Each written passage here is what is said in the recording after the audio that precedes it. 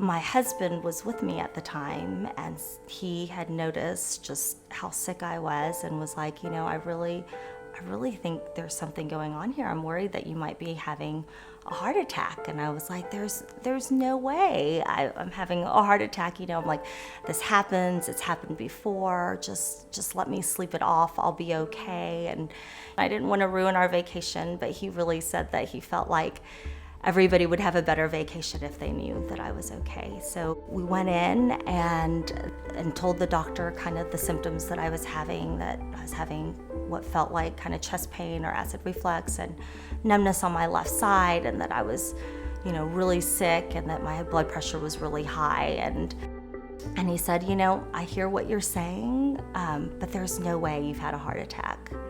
And then when they looked at the ultrasound, they saw that part of my heart wall was no longer moving. I still remember being in the emergency room in Kauai, and they say, we can't help you here. Her heart problem's bigger than we can handle.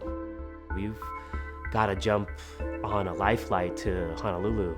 We were just all stunned. I know that the doctor said that there was a lot of thinning at the bottom of my heart, and he said that he didn't think that I would have survived another large heart attack.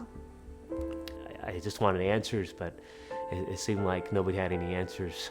So then we saw Dr. Weatherald, and she was the first doctor who noticed that there was some sort of dissection in my heart.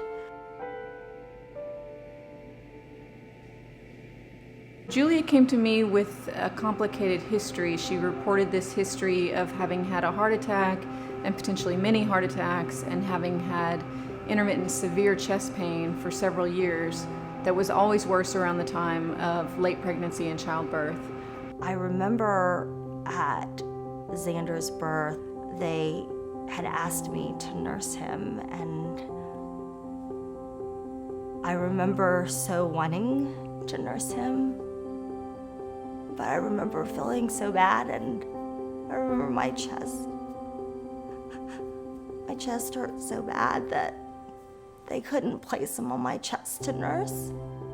I think that may have been my big episode.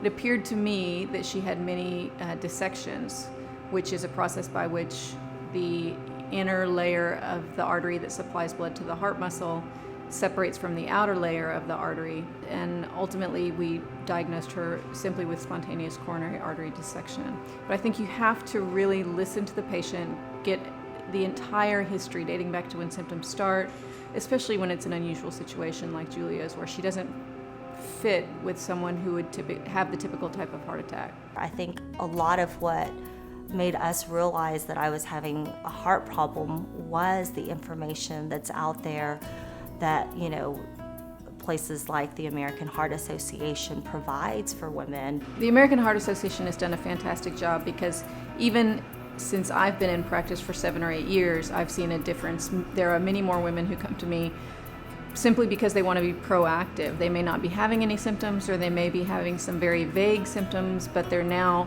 have a higher level of suspicion for heart disease, and they've become more educated, certainly, about the fact that 1 out of 3 women will die of heart disease.